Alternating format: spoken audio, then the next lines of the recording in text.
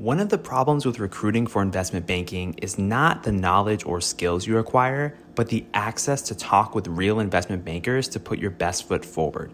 Our sponsor, WSO Academy, can provide those connections with 60 head mentors who are finance professionals at top firms like Goldman, Centerview, and JP Morgan. Imagine being able to get on the phone within 24 hours with one of the Academy's 1,300 mentors right before a critical interview. Get on the waitlist for WSO Academy today by clicking the link in the show notes or by visiting wallstreetoasis.com/academy.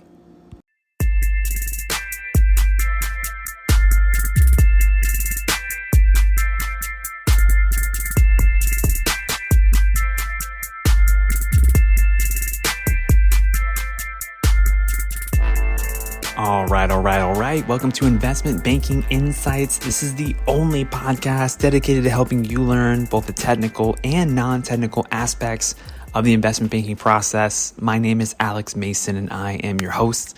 Thank you so much for joining me today. And today I just want to go over some recent thoughts that I've had around leveraged buyouts. Leveraged buyouts or LBOs. It's just on my mind a lot because here at Cornell's MBA program, I'm in the investment banking immersion, and we've been doing a lot of work on LBOs lately, understanding them, building models for them, figuring out the ins and outs. And I just want to share some things that I've learned here in the last week or two related to that. So number one is leveraged buyouts are interesting because there's kind of like two main ways that you can make money with an LBO if you want to get super general, super high level with it. The first way is financial engineering. Basically, you put leverage on a business and that gets you your returns. And the second way is that you make the business better. You add value to the business, which increases your equity value, increases your enterprise value, and that's how you make money. And in some cases, you can do a little bit of both, but the approaches that a financial sponsor or private equity firm would use is dependent on the type of business that they're looking at acquiring and ultimately selling. So if you have some kind of stable, slow-growing, cash-generating business, a business that has a lot of free cash flow, but maybe isn't growing that fast, that's when it might make more sense to do the more financial engineering, the more leveraged situation, because you can afford to pay off all that debt, right? And you can add value just by paying off the debt, increasing your equity over time. And then because you put a little bit of equity in, or the sponsor puts a little bit of equity in, you're able to sell at a high multiple of the cash that was put in as equity. So that's one way. Another way is if you have, let's say, a fast-growing business, maybe a software company or something where revenues are growing, but maybe it's not so profitable. Maybe it doesn't have that much of cash generation potential. Well, you're not going to be able to leverage up that much because you really don't have the cash to do so.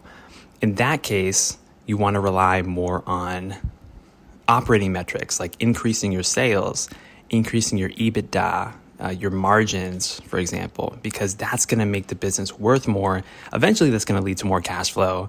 But in the more short to medium term, you can't rely on leverage as much. You got to rely more on the business actually becoming more valuable just by itself.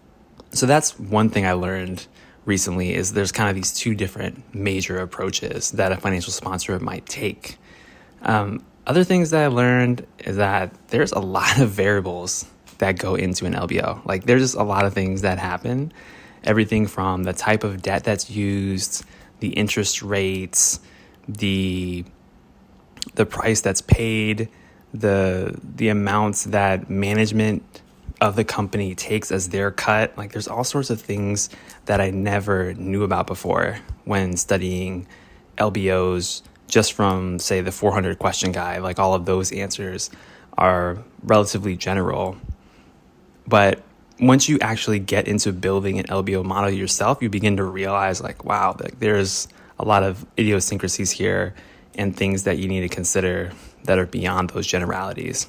And I guess the reason I'm sharing this with you is because I feel like in banking, like once you actually get your hands dirty, you get into the nitty gritty of it and you just see the depth of it. Like you see different layers. So one thing that I've been learning how to do is build models at different levels of detail.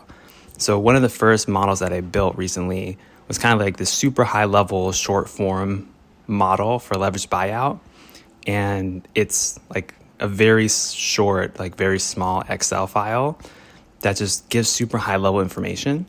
And then I worked on a longer form model that goes into a ton of more detail. And I actually really struggle with it. I spent several hours on it. So that's a part that I need to get better at. But there's different levels of depth once you get into these topics. So once you're learning things, and this applies not just to LBOs, but to other things, get the basics right first, kind of like the first couple hundred episodes of this show. Like get the basics right, then go out and try to do these things yourself, and then see what makes sense and what doesn't make sense. And that's where I feel like the next level of learning comes in.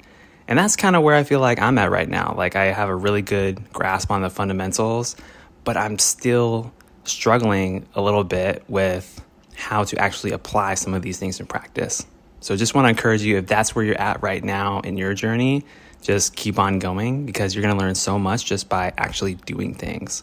So those are just some general thoughts on LBOs, and also just learning, learning this banking stuff. So I hope you're doing well.